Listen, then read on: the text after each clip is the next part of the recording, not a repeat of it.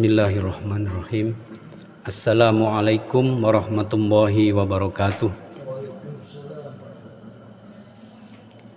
Alhamdulillah. Wassalatu wassalamu ala rasulillah wa ala alihi wa ashabihi wa man tabi'ahudah. Jamaah salat Isya dan Tarawih Masjid Iqomah Kampus UIN Sunan Gunung Jati Bandung yang dimuliakan Allah Subhanahu wa taala. Kita bersyukur kepada Allah Subhanahu wa taala sampai malam ini, malam yang ke-16 Ramadan 1442 bertepatan dengan 26 April 2021. Kita masih dikasih kesehatan, kemudahan oleh Allah sehingga kita bisa menghadiri ibadah yang sangat mulia ini. Salawat dan salam mudah-mudahan tetap tercurah pada junjungan kita Nabi besar Muhammad SAW, pada keluarganya, pada para sahabatnya dan para pengikutnya hingga akhir zaman. Jamaah sekalian yang berbahagia, mungkin pada waktu-waktu ini, yakni bulan Ramadan, di antara ayat yang sering kita dengar adalah surat Al-Baqarah ayat 183 yang berbunyi, A'udzubillahi minasyaitonirrajim, Bismillahirrahmanirrahim. Ya ayyuhalladzina amanu kutiba alaikumussyam kama kutiba alal ladzina min qablikum la'allakum tattaqun. Yang artinya kurang lebih, wahai orang-orang yang beriman, telah diwajibkan kepada kalian untuk berpuasa, untuk saum atau siam, sebagaimana orang-orang dulu sebelum kalian juga diwajibkan berpuasa agar kalian mencapai level takwa. Kalau kita melihat terjemahannya saja, ayat ini kita bisa memahami bahwa perintah puasa ini telah Allah wajibkan bukan hanya kepada kita umat Muhammad, tetapi kepada umat-umat jauh sebelum Nabi Muhammad. Bahkan bisa jadi dari Nabi Adam alaihissalam dan juga Nabi Nuh, Nabi Lut, Nabi Ibrahim, Nabi Musa, sampai Nabi Isa alaihissalam. Meskipun tata caranya bisa jadi berbeda. Satu penggalan surat Maryam dapat kita pahami bahwa kalau puasa pada zaman dulu lebih berat dibandingkan puasa zaman kita. Zaman Nabi Isa, yakni Nabi Zakaria, yakni ketika ibunda Isa alaihissalam, yakni Siti Maryam hidup, beliau berpuasa itu bukan hanya tidak makan dan tidak minum seperti kita, tetapi juga beliau tidak berbicara. Faquli inni nazartu lirrahmani sauma falan ukallimal yauma insiya. Itu dari penggalan ayat itu bisa jadi dipahami Nabi Zakaria, karena waktu itu zamannya Nabi Zakaria, dan di ayat itu dikatakan Fakuli, itu perintah kepada Siti Maryam. Siti itu artinya Sayyidati, ya, singkatan Sayyidati. Jadi Sayyidati Maryam itu berpuasanya juga bukan hanya tidak makan tidak minum, tetapi tidak berbicara. Kalau kita bisa bayangkan, seandainya kita diwajibkan berpuasa tidak berbicara juga akan repot kan. Dan ternyata kalau kita perhatikan, bukan hanya bangsa manusia yang wajib berpuasa. Kalau kita perhatikan di kehidupan bangsa binatang, kita pun melihat binatang itu sering melakukan puasa dalam rangka mencapai satu level kehidupannya. Seperti bangsa unggas, ya. ayam, entok, angsa. Itu mereka ini ternyata puasa. Kalau mereka ingin mencapai cita-cita. Dalam hal ini kalau mereka mau ingin punya anak, mereka mengerami telur-telurnya itu dengan berpuasa. Tentu dengan tata cara, meskipun mereka melakukannya dengan insting, tetapi dengan cara-cara yang standar. Kalau cara standar itu tidak ditempuh, maka cita-cita dia tidak akan tercapai. Mungkin telur yang dierami bisa jadi kacing calang. Apa bahasa Sundanya kacing calang? Jadi membusuk. Gara-gara si induknya, induk ayam itu harusnya puasanya benar, dia nggak benar. Nah, setelah mereka berpuasa, katakan ayam ini puasanya 21 hari atau 22 hari. Kalau kita kan puasa katakan 1 bulan, tetapi kan prakteknya kan hanya 13 jam atau 12 jam. Kalau mereka bisa berhari-hari seperti itu. Nah, demikian juga binatang lain macam ulat. Ulat itu kalau dia mau mencapai satu bentuk fisik yang lebih bagus, dia pun berpuasa. Ulat waktu belum punya cita-cita menjadi perubahan dirinya agar lebih bagus, kan dia itu dikenal binatang yang makannya rakus, makan apa saja, ulat itu.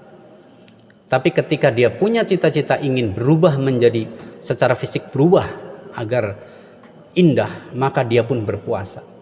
Dia mengerem diri menjadi kepompong selama 12 hari 12 malam, tidak apa-apa, dia diam saja. Maka kalau dia melakukan puasanya sesuai dengan protap, cara-cara yang standar, dia pun akan berubah mencapai derajat perubahan fisik, metamorfosis, yaitu jadi kupu-kupu yang asalnya bentuknya menjijikan. Ulat kan kita hampir semuanya jijik, tapi setelah berubah menjadi kupu-kupu, bentuknya indah dan dia bebas kemana-mana. Nah, sekarang permasalahannya bagaimana supaya puasa kita berhasil. Karena bisa jadi kalau kita tidak berhasil, puasa kita nggak berhasil, alias kacing calang, ya, maka kita bertahun-tahun atau tiap Ramadan datang kita puasa, tiap Ramadan datang kita puasa, tapi tidak ada perubahan apa-apa, tidak mencapai target, yaitu la'allakum tattaqun. Ini yang harus kita risaukan. Mungkin kita sudah mengalami puasa bisa jadi puluhan kali kan. Mungkin yang umurnya 50-an udah 25 kali bisa jadi. Padahal Rasulullah SAW puasa itu hanya 9 kali. Rasul itu puasanya 9 kali Ramadan. Dan kita sebenarnya diuntungkan, kita khususnya orang Bandung, diuntungkan dengan lamanya puasa di Bandung ini relatif sangat sebentar. Walaupun tidak paling sebentar, tetapi relatif sebentar. Hanya tadi saya katakan hanya 12 atau 13 jam. Padahal di bumi lain, di belahan bumi lain, ada yang puasa sampai satu harinya itu hampir mendekati 20 jam. Seperti di bumi-bumi belahan utara, di daerah Islandia, di daerah Greenland sana, dekat Swedia sana itu. Itu puasa satu hari lamanya hampir 20 jam. Bayangkan. Sedang satu hari itu kan hanya 24 jam. Jadi 4 jam ini sisanya dipakai untuk buka, untuk sholat maghrib, untuk sholat tarawih, tentu sholat isya juga. Untuk sahur itu hanya 4 jam. Kita kan hanya berapa jam? Hanya 12 jam lebih dikit. Dengan suasana Bandung yang sejuk. Jadi kita harus bersyukur sebenarnya nih. Namun ini anugerah, tapi di dalamnya ada tantangan. Karena biasanya kalau mendapatkan anugerah suka lupa. Tantangan kita apa? Tetap harus mencapai la'allakum tattaqun tadi. Ini yang harus kita pikirkan. Bagaimana agar puasa kita ini mampu merubah diri kita menjadi pribadi-pribadi yang bertakwa. Tentu saja syarat utamanya adalah kita harus memiliki ilmu. Jadi usahakan puasa kita ini harus berdasarkan ilmu, berlandaskan ilmu. Jangan semata-mata karena kebiasaan atau tradisi. Khawatir salah. Makanya perlu belajar lagi dan lagi belajar. Bagaimana fikih saum itu kita benar-benar terapkan. Dan tentu saja yang namanya ilmu itu dasarnya adalah Al-Quran, Al-Hadis, dan ijtihad para ulama. Itu ilmu itu, dasarnya itu Al-Quran, Hadis, ijtihad para ulama. Salah satu hadis yang mendasari kita berpuasa, layak saya sampaikan di sini untuk modal kita di sisa Ramadan ini 14 hari lagi. Ya, ada satu hadis yang layak kita pakai untuk modal. Hadisnya sederhana,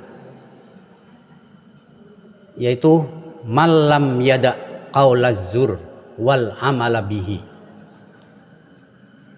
falaisa hajatun lillah falaisa lillahi hajatun fi ayyada'a ta'amahu wa syarabahu. Hanya segitu hadisnya. Tapi ini insya Allah kalau kita bisa mengamalkan, insya Allah kita bisa mencapai tatakun itu. Malam yada qaulaz zur, barang siapa yang padahal puasa tetapi tidak meninggalkan ucapan-ucapan yang melanggar agama. Ucapan yang jorok, ucapan yang kotor, ucapan yang bohong, ucapan yang menghina, ucapan yang nyakiti orang, ucapan yang ghibah. Orang puasa tapi melakukan itu. Wal amala bihi, dan tidak meninggalkan perbuatan yang zur tadi. Kalau tadi ucapan. Kalau yang ini puasa tetapi tidak meninggalkan perbuatan yang melanggar agama. Ya, seperti kita korupsi kah, atau melakukan kriminal, atau yang paling mudah bagi kaum Adam laki-laki melihat dengan syahwat. Kalau yang tadi qaulaz zur, ini ucapan, ini biasanya untuk ibu-ibu, perempuan, walaupun laki-laki juga sama. Nah, kalau yang amal bihi, ini untuk laki-laki, terutama untuk orang berpuasa tetapi matanya jelalatan, tidak mampu dikendalikan. Maka si pelaku seperti ini meskipun puasa, capek-capek haus, capek-capek lapar, maka Allah mengatakan falaisa lillahi hajatun fi ayyada'a ta'amahu wa syarabahu. Maka tidak ada gunanya di sisi Allah kamu meninggalkan tidak makan, kamu meninggalkan makan dan tidak minum. Artinya kita puasa ini tidak cukup hanya tidak makan dan tidak minum saja, tidak. Tetapi agar puasa kita mampu menjadikan diri kita menjadi muttaqin, kita juga harus di samping tidak makan, tidak minum, juga ucapan kita jaga, perbuatan kita jaga, pandangan mata kita jaga. Dengan lillahi ta'ala ihtisaban, dengan lillahi ta'ala semata-mata berharap karena Allah Subhanahu wa taala. Insya Allah dengan cara seperti ini kita akan merasakan nikmatnya berpuasa.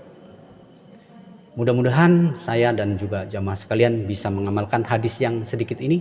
Barakallahu li wa lakum. Wassalamualaikum warahmatullahi wabarakatuh.